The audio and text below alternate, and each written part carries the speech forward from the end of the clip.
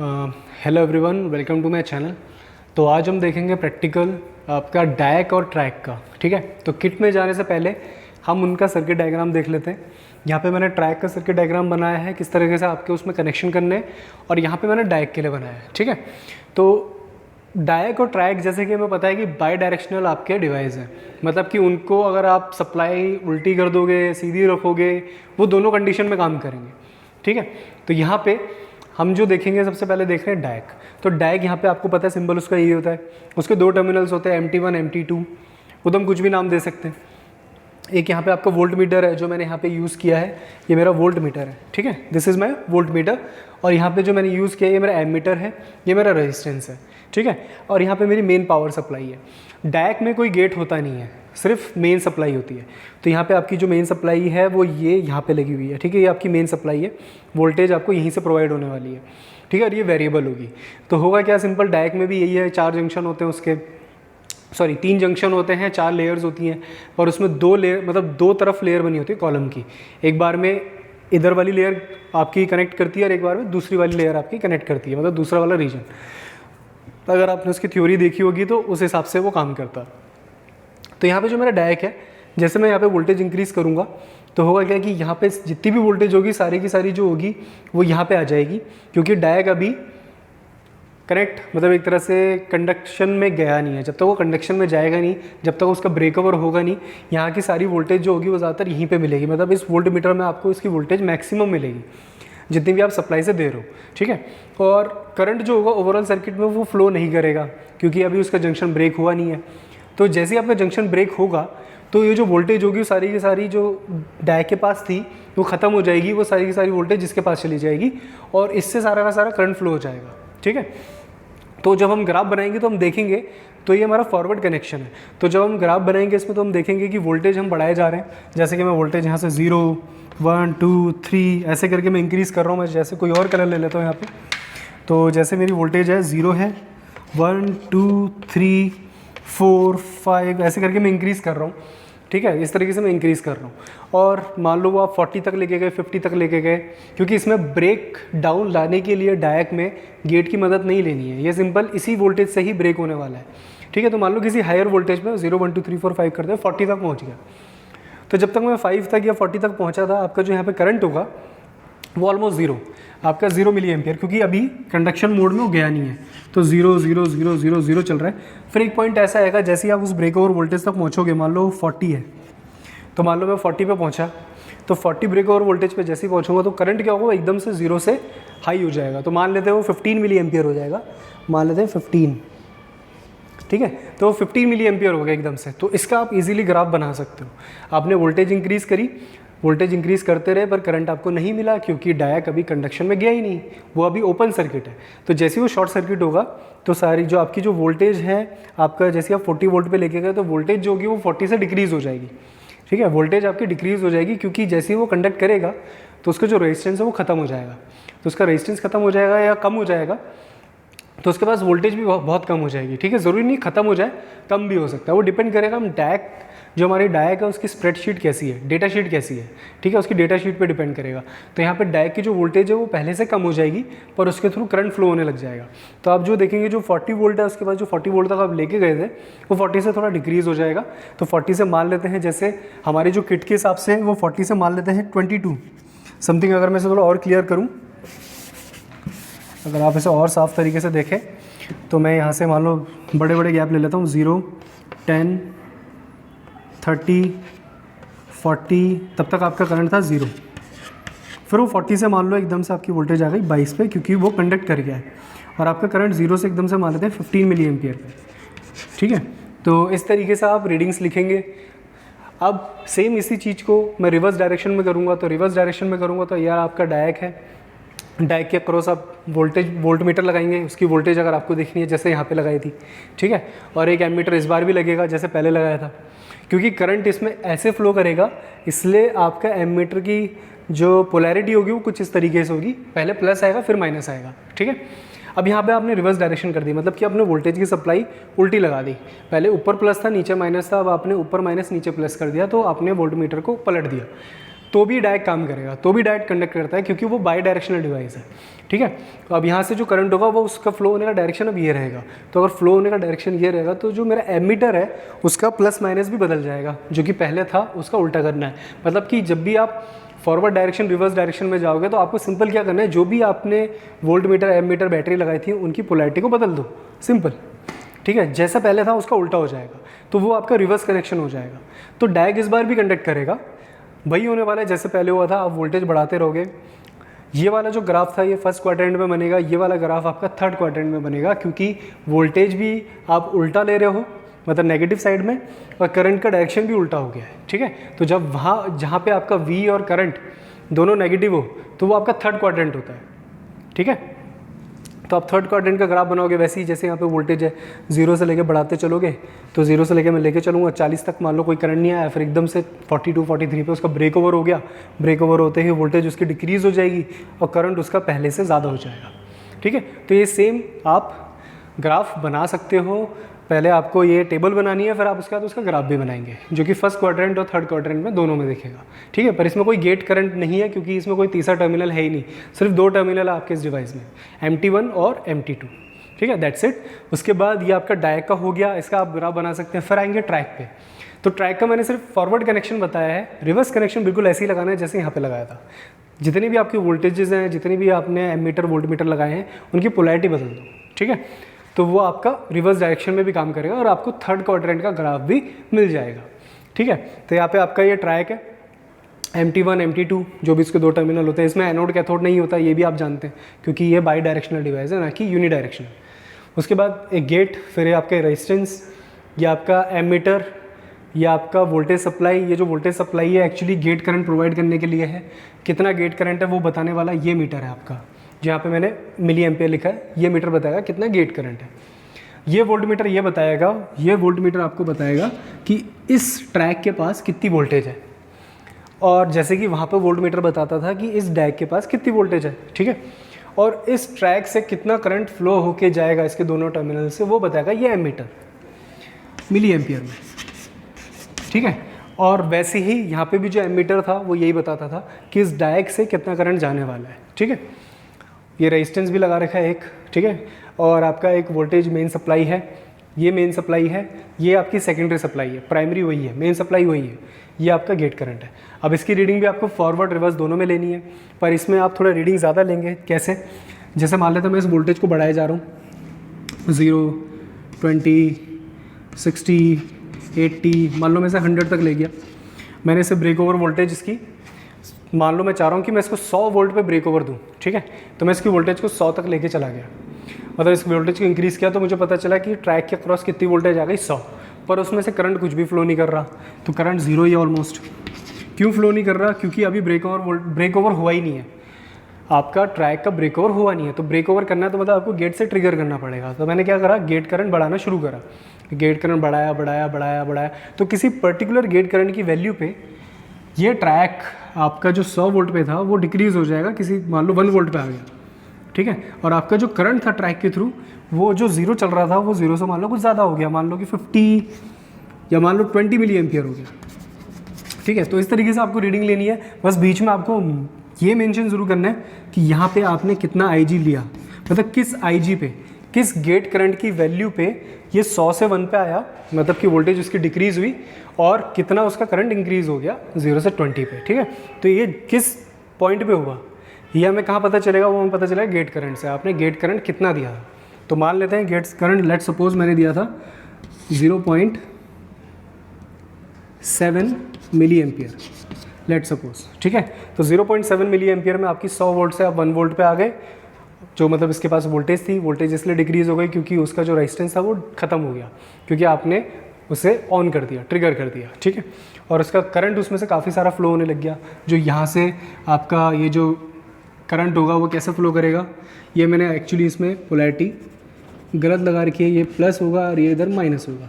ठीक है, क्योंकि करंट आपका नहीं सॉरी सही है, ये प्लस रहेगा और ये माइनस रहेगा। ठीक है,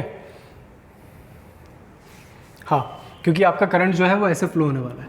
तो पोलैरिटी मैंने बिल्कुल सही ली है, पोलैरिटी में कोई गलती नहीं है। तो आपका करंट इस तरीके से फ्लो होने वाला है, तो कितना करंट उसमें से फ्लो होगा वो एकदम से ज़्यादा कब फ्लो होगा, जैसे ही इसका ब्रेक ओवर होगा। ब्रेक ओवर किस वोल्ट पे हो रहा है, 100 पे, पर वो तब हुआ जब आपने गेट करंट प्रोवाइड किया 0.7 मिली एम्पियर का, ठीक है। अब अगली रीडिंग सेम, अब ये बनेगी फर्स्ट क्वाड्रेंट में क्योंकि फॉरवर्ड डायरेक्शन है। फिर अगली रीडिंग लेता हूँ, मान लो मैं इस बार 0 लेके 20 और इस बार सिर्फ 40 वोल्ट तक जाता हूँ, मतलब इस बार मैंने सप्लाई यहाँ से 40 वोल्ट दी है, इस बार मैं 100 पे नहीं गया। और आपका जो गेट करंट कह रहा हूँ, जो आपका ओवरऑल करंट जो ट्रैक से फ्लो हो रहा होगा, गेट करंट तो इधर है, मेन करंट ये है, ठीक है। तो आपका जो मेन करंट है मान लो 0 0 0 ही चल रहा है, और आपने क्या करा, एकदम से IG दिया, यहाँ पे IG दिया, और IG जब आपने दिया तो एकदम तो 40 से कितना हो गया, किसी पर्टिकुलर वैल्यू पे वो वोल्टेज एकदम 40 से घट के 1 वोल्ट पे आ गई, और करंट आपका इंक्रीज़ होकर 10 मिली एम्पियर पे पहुँच गया। क्यों? क्योंकि ट्रैक ऑन हो गया। ट्रैक ऑन होगा तो उसमें से करंट पूरा फ्लो हो जाएगा जितना भी होगा, और उसकी जो वोल्टेज है जो उसके पास थी वो डिक्रीज़ हो जाएगी। तो वोल्टेज जाएगी किसके पास, वो रेजिस्टेंस के पास चली जाती है। सेम यहाँ पे भी वो रेजिस्टेंस के पास चली जाती थी, ठीक है। अभी वोल्टेज 40 से 1 पे आ गया, पर वो जो गेट करंट है वो आपको इस बार थोड़ा ज़्यादा देना पड़ेगा, जो कि पहले 0.7 मिली एम्पियर पे हो गया था, वो इस बार हो सकता है 0.8 मिली एम्पियर पे हो, क्योंकि इधर से सप्लाई ज़्यादा नहीं है। इधर से सप्लाई अब 100 की जगह पे 40 हो गई है। तो पहले 100 थी, तब आपको गेट करंट इतना देना पड़ा, अब आप वहाँ से कम जोर लगा रहे हो तो ऑब्वियसली आपको यहाँ से ज़्यादा जोर लगाना पड़ेगा। तो ट्रिगर करने के लिए आपको गेट करंट हो सकता है इस बार IG थोड़ा ज़्यादा देना पड़े, तो वो मेंशन कर लीजिएगा जो भी यहाँ पे आएगा, मान लेते 0.8 ठीक है, सॉरी। तो 0.8 मिली एम्पियर में आपका ये ट्रिगर हो गया। सेम रिवर्स कनेक्शन करना है आपको, इसको उल्टा कर दो, एमीटर को माइनस जो था ऊपर उसे नीचे कर दो, प्लस को ऊपर कर दो, बैटरी उल्टी लगा दो, वोल्ट मीटर उल्टा लगा दो, सेम यहाँ पे भी उल्टा कनेक्शन कर दो, यहाँ पे भी उल्टा कनेक्शन कर दो, ठीक है। तो अगर आप ये कनेक्शन उल्टा कर देंगे जितना जो मैंने अभी लगा रखा है यहाँ पे, तो आपका जो प्रोसीजर है वो सेम बिल्कुल वैसे ही होगा। सेम करंट वोल्टेज आपको बिल्कुल वैसे लेने जैसे यहाँ पे लिए थे। बस ये ध्यान रखिएगा कि मेंशन ज़रूर करना कि किस IG पे ये हुआ, ठीक है, किस गेट करंट पे ये हुआ। तो यहाँ पे आपकी 2 रीडिंग आएगी फॉरवर्ड डायरेक्शन में, यहाँ पे आपकी 2 रीडिंग आएगी रिवर्स डायरेक्शन में। तो आपका जो ग्राफ होगा कुछ, अगर डायक की बात करें तो डायक में आपका ग्राफ कुछ ऐसे होगा और रिवर्स डायरेक्शन में कुछ ऐसे होगा, ठीक है। क्योंकि इसमें 2 क्यों नहीं बन रहे हैं, सिर्फ एक ही ब्रेक ओवर वोल्टेज होगी, यहाँ पे भी एक ही ब्रेक ओवर वोल्टेज होगी, क्योंकि इस बार यहाँ पे कोई गेट है नहीं। तो डायक में तो ये सिंपल है, ये आपका वोल्ट मीटर का, ये आपकी वोल्टेज और ये आपका करंट, ठीक है। ट्रैक के केस में भी आपका ग्राफ बनेगा, पर ट्रैक के केस में अगर आप देखेंगे तो एक बार वोल्टेज यहाँ से ऐसे आएगी तो एक बार थोड़ा पहले आ जाएगी। सेम यहाँ पे भी एक बार वोल्टेज इधर से आएगी तो एक बार थोड़ा पहले आ जाएगी। अब ये कैसे हुआ, क्योंकि यहाँ पे मैंने वोल्टेज, यहाँ पे मेरा वोल्ट मीटर था, मतलब वोल्टेज की रीडिंग, और यहाँ पे मेरी करंट की। देखिए एक बार मैंने थोड़ा आगे से मोड़ा है और एक बार मैंने पहले करा। क्यों? एक बार आपकी ब्रेक ओवर वोल्टेज 100 पे थी, आप 100 से पीछे है, और एक बार आप 40 से पीछे है, तो 40 वाला थोड़ा पहले रहेगा। तो इस तरीके से आपका ग्राफ बनेगा ट्रैक में, और इस तरीके से आपका ग्राफ बनेगा डायक में, ठीक है। तो प्रैक्टिकल में इतना ही है, बाकी और कुछ तो नहीं है। That's it. हाँ, तो हमने सर्किट डायग्राम देख लिया था डायक का, ठीक है। तो ये हमारी डायक की किट है, और इसमें ही हमारा ट्रैक भी है, इसमें हमारा डायक भी है, इसमें हमारा ट्रैक भी है। ये हमारा ट्रैक इधर वाला और इधर हमारा डायक है, ठीक है। तो सबसे पहले मैं आपको डायक बता रहा हूँ यहाँ पे कि डायक की कैरेक्टरिस्टिक कैसे बनेगी। डायक का सर्किट डायग्राम हम ऑलरेडी देख चुके हैं, अब हम इसकी वर्किंग देखेंगे। ये हमारा वोल्ट मीटर है, ये हमारा एमीटर है, बट आपको वीडियो में क्लियर दिखे इसलिए मैंने डिजिटल मीटर का इस्तेमाल करूँगा, वोल्ट मीटर के लिए भी और एमीटर के लिए भी। इस साइड में वोल्ट मीटर रखूँगा डिजिटल वाला, और इस साइड में एमीटर रखूँगा डिजिटल वाला, ठीक है। और ये मेरी यहाँ पे पावर सप्लाई है, इधर जो आप देख सकते हैं ये पावर सप्लाई है, इसी से मैं वोल्टेज प्रोवाइड करूँगा। यहाँ पे मेरा डायक है, इन वायर्स को अगर मैं थोड़ा साइड करूँ तो यहाँ पे आपको डायक दिखेगा, ये मेरा डायक है। मैंने एक सीरीज़ कनेक्शन कर रखा है, और ये जो मेरे यहाँ पे डिजिटल मीटर पड़े हैं इन पे मैंने, ये मेरा वोल्ट मीटर है, ये मेरा एमीटर है, ठीक है। अब हम देखेंगे कि कैसे ये ऑपरेट करेगा। कनेक्शन एक बार हमें लगा लिया हमने, जैसे भी हमने सर्किट डायग्राम देखा था उसके अकॉर्डिंग कनेक्शन लगाने के बाद अब हम देखते हैं ये वर्क कैसे करेगा, ठीक है। तो मैं इसे अभी थोड़ा सा टिल्ट करके रख देता हूँ ताकि ईजिली मैं इसे रख सकूँ। और ये मेरा वोल्ट मीटर होगा, ये मेरा एमीटर है, ठीक है। ये वोल्ट मीटर, ये एमीटर। चलिए अब देखते हैं कि आपको यहाँ पे वैल्यूज़ क्लियर दिख रही है। तो सबसे पहले स्टार्ट करते हैं। वोल्टेज स्टार्ट कर रहा हूँ। जैसे कि हमें पता है कि एक वोल्टेज तक आपकी वोल्टेज जाती रहेगी पर आपको करंट नहीं मिलेगा, क्योंकि डायक में भी जो आपका एक जंक्शन है, ठीक है, डायक आपको पता है बाई डायरेक्शनल है, दोनों डायरेक्शन में काम करेगा। तो अभी जो मैं कर रहा हूँ वो फॉरवर्ड डायरेक्शन में काम कर रहा हूँ, ठीक है। फिर मैं रिवर्स डायरेक्शन में भी कनेक्शन लगाऊंगा, जैसे कि हमने सर्किट डायग्राम में देखा था। पहले मैं फॉरवर्ड डायरेक्शन के कनेक्शन के मैंने यहाँ पे फॉरवर्ड डायरेक्शन का कनेक्शन लगा रखा है, उस हिसाब से हम रीडिंग देखते हैं क्या आती है, ठीक है। ये मेरा वोल्टेज, ये मेरा करंट। और आपको पता है ये वोल्टेज बढ़ती रहेगी पर करंट हमें तब तक नहीं मिलेगा जब तक कि वो जंक्शन ब्रेकडाउन ना हो जाए, ठीक है। और जैसे ही जंक्शन ब्रेकडाउन होगा तो यहाँ वोल्टेज घट जाएगी और यहाँ करंट बढ़ जाएगा, ठीक है। तो चलिए हम देखते हैं। और वोल्टेज कितनी घटेगी, करंट कितना बढ़ेगा, वो सब कुछ डिपेंड करेगा कि यहाँ पे आपका जो डायक है वो उसकी जो डेटा शीट है वो किस हिसाब से, ठीक है, वो उस पर डिपेंड करेगा। चलिए मैं वोल्टेज बढ़ाता हूँ। देखिए मैंने यहाँ पे वोल्टेज बढ़ाई है, तो आप देख सकते हैं कि वोल्टेज यहाँ पे 8 वोल्ट पहुँच चुकी है। करंट मेरा अभी भी नहीं है, मैंने और बढ़ाई, मैं 16 पे आ गया, 17, 19, 22। मेरा करंट अभी भी नहीं है, मैं वोल्टेज बढ़ाए जा रहा हूँ। 29 पे आ गया, करंट अभी भी नहीं है। 31, 32, 33, स्टिल करंट अभी भी नहीं है, ठीक है। 37 पे आ गया, करंट नहीं है। 38, 39, स्टिल आप देख सकते हैं करंट नहीं है। अब एकदम से एक चेंज आएगा जो हम देख सकेंगे यहाँ पे। देखिए, अब देखिए आपकी वोल्टेज 28 पे आ गई है और करंट आपका 1 मिली एम्पियर आ गया है, ठीक है। अब मैं वोल्टेज फिर बढ़ाता हूँ आगे, वोल्टेज बढ़ाता गया, मतलब इधर से मैं रोटेट कर रहा हूँ, पर आप ध्यान से देखिए आपकी जो डायक की जो अक्रॉस जो वोल्टेज है वो डिक्रीज़ होती जा रही है, ठीक है, और करंट इंक्रीज़ होता जा रहा है, ठीक है। तो ये इजीली आपका ये ग्राफ ऐसे बन सकता है। वोल्टेज देखिए 41, 42 से अब 24 समथिंग पे आ गई है, ठीक है, 25 समथिंग 24 पे आ गई है। और करंट मेरा 1 मिली एम्पियर से अब 9 मिली एम्पियर, पहले तो ज़ीरो था, फिर जैसे ही एक ब्रेकडाउन हुआ था तो उस समय इसकी वोल्टेज डिक्रीज़ होने लगी थी और करंट उसमें 1 मिली एम्पियर का था और अब 9 पे आ गया, ठीक है। तो इस तरीके से इसकी रीडिंग आएगी और ये ज़्यादा बेटर आपको ग्राफ बना के देगा। जैसे कि SCR के केस में होता था, एकदम से आपका ब्रेकडाउन हो जाता था, पर यहाँ पे जो डायक यूज़ किया गया है वो आपको बड़े ईजिली जो ब्रेकडाउन होता था और उसके बाद भी ये डिक्रीज़ होता हुआ नज़र आ रहा है, ठीक है। तो वो सब भी आप ईजिली ग्राफ इसका बना सकते हैं। तो सिंपल है, एक ही आपका ग्राफ बनेगा। ये आपका जो ग्राफ बनेगा वो फर्स्ट क्वाड्रेंट में बनेगा, ठीक है, वोल्टेज और करंट के बीच में। अब मैं कनेक्शन उल्टा लगाऊंगा और फिर देखेंगे कि आपकी रीडिंग्स किस हिसाब से आ रही है, ठीक है, क्योंकि ये बाई डायरेक्शनल डिवाइस है तो ये रिवर्स डायरेक्शन में भी काम करेगा। चलिए फिर अब हम देखते हैं कि अब ये इसका नेक्स्ट वाला किस तरीके से होगा। हाँ, तो अब हम देखते हैं, मैंने डायक के कनेक्शन अब उल्टे लगा दिए हैं रिवर्स डायरेक्शन में, ठीक है। तो अब देखते हैं वोल्टेज और करंट के बीच में किस तरह से हम रीडिंग ले सकते हैं। अब मैं यहाँ से वोल्टेज को फिर बढ़ाऊँगा, ये वोल्टेज मैं बढ़ा रहा हूँ, आप देख सकते हैं वोल्टेज बढ़ती जा रही है रिवर्स डायरेक्शन में। और क्योंकि मैंने कनेक्शन उल्टे लगाए हैं तो इसलिए आपका रिवर्स डायरेक्शन माना जाएगा ये। और करंट देखिए अभी भी नहीं है, वोल्टेज मेरे 18, 19, 20, 21, 21, 23, 25, 26, ये वोल्टेज मेरी बढ़ती जा रही है, पर करंट स्टिल अभी भी नहीं है।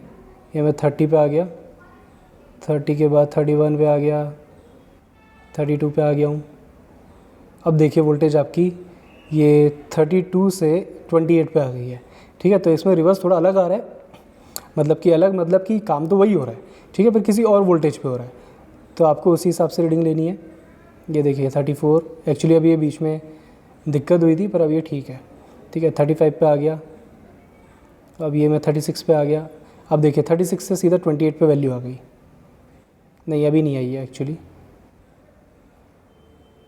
ये देखिए वोल्टेज बढ़ती जा रही है, ये अभी प्रॉपर हुआ नहीं है। अब देखिए अब हुआ है, ठीक है, वही 41 पे जाके जैसे पहले हुआ था सेम टू सेम अभी भी वैसे ही हो रहा है, ठीक है। 41 से सीधा 27 पे आ गया। अब देखिए वोल्टेज घटती जाएगी और करंट बढ़ता ही जाएगा,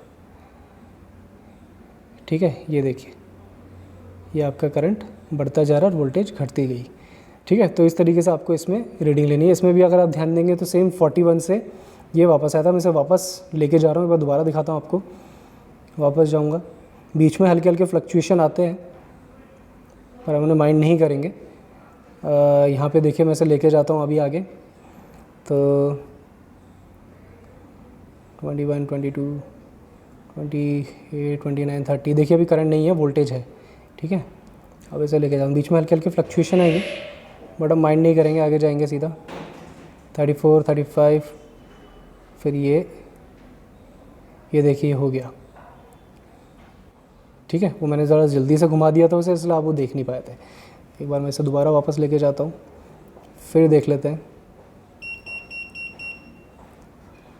इसे वापस लेके जा रहा हूँ मैं, पर इस बार थोड़ा धीरे धीरे लेके जाऊँगा ताकि आपको शो हो सके।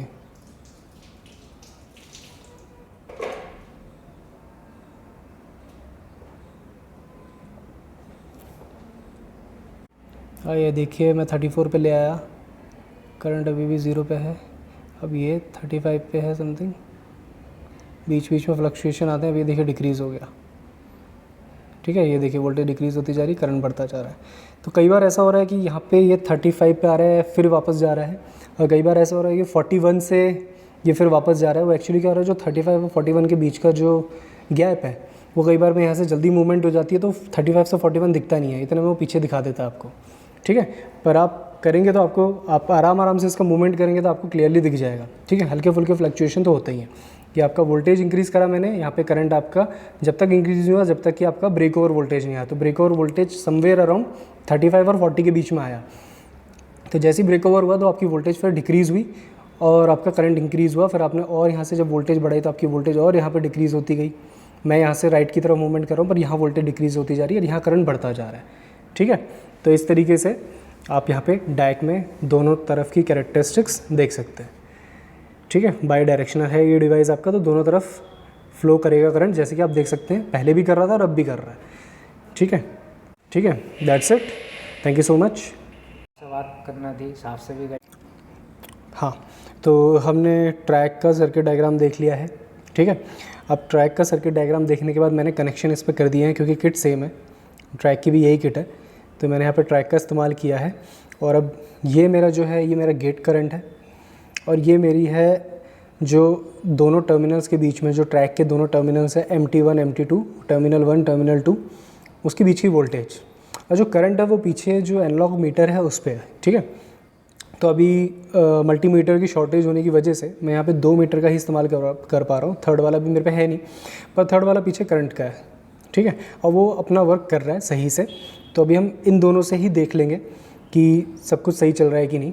अगर किसी एक पर्टिकुलर गेट करंट पे आपकी वोल्टेज जो पहले हाई थी वो एकदम से डिक्रीज़ करेगी, ठीक है। और जब वो यहाँ डिक्रीज़ कर रही होगी तो वहाँ करंट हाई हो जाएगा। जो पीछे अगर मैं आपको दिखाना चाहूँ तो ये देखिए, ठीक है, ये जो पीछे राइट में जो मीटर है, अगर आप देखेंगे तो, अगर ये किट खड़ी हो पाती है तो हम देखते हैं। तो राइट में जो आपका मीटर है ये वाला, इस पर आपका दोनों टर्मिनल्स के बीच में करंट है, ठीक है। ये आपका गेट करंट है, ये मीटर, ये मल्टीमीटर, और ये मल्टीमीटर आपका दोनों टर्मिनल्स के बीच की वोल्टेज। और ये जो एनालॉग मीटर है ये आपका दोनों टर्मिनल्स के बीच में जो करंट फ्लो करेगा वो, ठीक है। तो इसे तो अभी मैं फ़िलहाल ऐसे ही रख देता हूँ। तो चलिए अब स्टार्ट करते हैं। तो यहाँ से मैं जो यहाँ पे मेरा एक नॉब है, यहाँ पे मैं गेट करंट इंक्रीज़ करूँगा और यहाँ से मेरी वोल्टेज है मेन सप्लाई, तो मैं वोल्टेज को बढ़ाता हूँ, ठीक है। तो आप देख सकते हैं यहाँ पे वोल्टेज इंक्रीज़ हो रही है, तो मैं वोल्टेज को किसी पर्टिकुलर वोल्टेज पे ले जाके छोड़ देता हूँ। मान लो अब इसमें रेंज बहुत ज़्यादा बड़ी है, मेरे पास ऑप्शन है इतनी बड़ी रेंज का, तो मैं इसे 100 तक लेके चले आता हूँ। मैंने 100 वोल्ट रख दिया, ठीक है। अब मैंने यहाँ पे 100 वोल्ट रख दिया है, पर अभी जो मेरा करंट है, जो पीछे मैं मीटर पे देख सकता हूँ, वो करंट अभी 0 है, ठीक है। करंट अभी ज़्यादा है ही नहीं, माइक्रो एम्पियर में हो सकता है, क्योंकि अभी आपका ट्रैक ऑन नहीं हुआ। तो जब तक वो ऑन नहीं होगा, जब तक उसका जंक्शन ब्रेक नहीं होगा, तब तक करंट उसमें से फ्लो करेगा नहीं। तो करंट जो है वो पीछे है मीटर में, तो वह है नहीं अभी, ठीक है। वोल्टेज यहाँ पे मैंने पूरी 100 कर रखी है। अब मैं गेट से ट्रिगर करूँगा ताकि करंट फ्लो हो जाए, ठीक है। तो मैंने गेट से ट्रिगर करना, यहाँ से वोल्टेज बढ़ाता हूँ। तो ये देखिए मैंने गेट करंट बढ़ाना शुरू कर दिया, तो मेरा गेट करंट बढ़ रहा है। तो पर्टिकुलर किसी गेट करंट की वैल्यू पे आप देखेंगे वोल्टेज एकदम से डिक्रीज़ हो जाएगी, और जब ये वोल्टेज डिक्रीज़ हो जाएगी तो समझ लीजिएगा वहाँ करंट भी इंक्रीज़ हो गया होगा, ठीक है। तो यहाँ से मैंने गेट करंट को बढ़ाता जा रहा हूँ, ये बढ़ाता गया।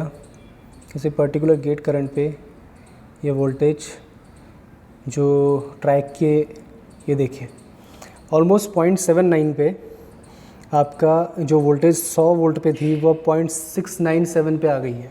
ठीक है, तो वोल्टेज आपकी डिक्रीज़ हो गई है एक पर्टिकुलर गेट करंट पे 0.79 पे। ठीक है, तो 0.79 गेट करंट पे आपकी ये वोल्टेज डिक्रीज़ हो गई है।